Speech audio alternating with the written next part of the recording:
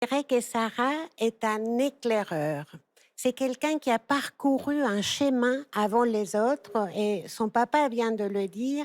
Sarah, elle vient de loin. Donc, elle a beaucoup de choses encore à dire Mmh. sur elle-même. Et la décrire, ça serait un peu Oui. dire que c'est comme ça et point. Donc, moi, j'attends encore de voir tout le parcours que Sarah a fait et qu'elle va faire parce qu'elle n'a pas dit son dernier mot, je Vous, pense. vous dites qu'il était temps quand même de quitter le nid.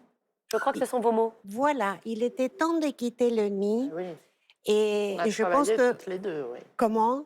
On a travaillé toutes les deux à Vous quitter aviez le pas nid. très envie de quitter le nid? C'était dangereux, c'était risqué de partir de chez ses parents, du confort de ce que ça représentait. Et ça demande tout un cheminement, d'abord de construire son nid à soi, d'accueillir des aides humaines à domicile, Ouais. d'installer aussi du matériel autour de soi pour être autonome. C'est beaucoup d'énergie, de coûts et psychologiquement, il faut couper le cordon quoi, à un moment donné. Hein.